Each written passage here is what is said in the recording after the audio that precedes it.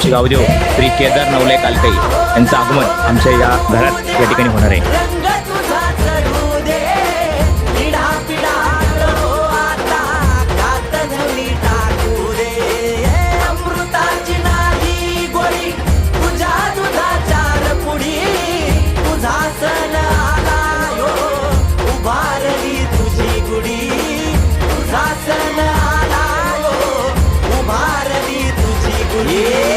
शहाची हो